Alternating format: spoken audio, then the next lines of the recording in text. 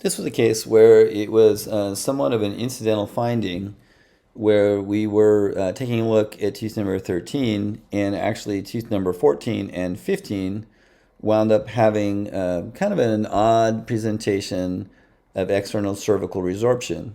Really can't see it too much on the two-dimensional radiograph, but there is, when you look through the retrospectoscope, since I know it's already there, there's maybe something here, and then this pulp chamber looks a little odd too. On CBCT, this is what we have, where we can see that there is resorption, and it's hard to distinguish sometimes internal versus external when it's been going on for a while. But it did appear that the pulp space was conserved here. The predentin was not affected, and there were in each of these areas where there had been some sort of entry into the dentin from the cervical area. So this is a video kind of rolling through what we had as far as the findings. I love the axial shot for determining where resorption is. And again, this is more what we would typically see of external cervical resorption, where the pulp space is still there, but we have entries somewhere near the CEJ here and here.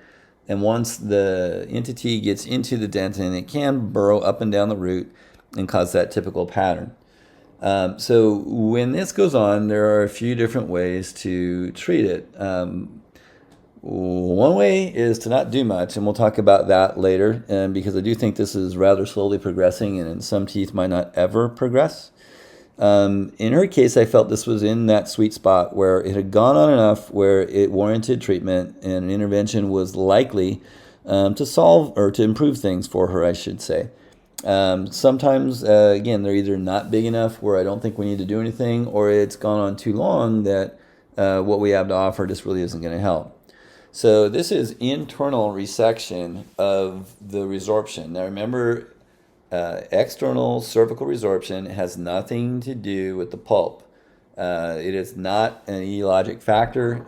We can't show anything to do with inflammation from the pulp having anything to do with external cervical resorption. However, sometimes the inside of a tooth is a nice access to the resorption that is now actively tunneling up and down inside the roots. So we can do root canal treatment, not because the pulp has disease, but the root has disease.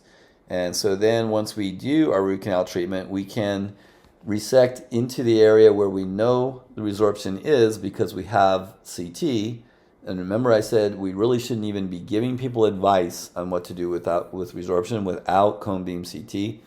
So this is a treatment, an Explorer that we use for retreatment. It's 25 millimeters long, and it has a big barb, or a very small barb on the end. And we can use that to kind of flick some of these areas out.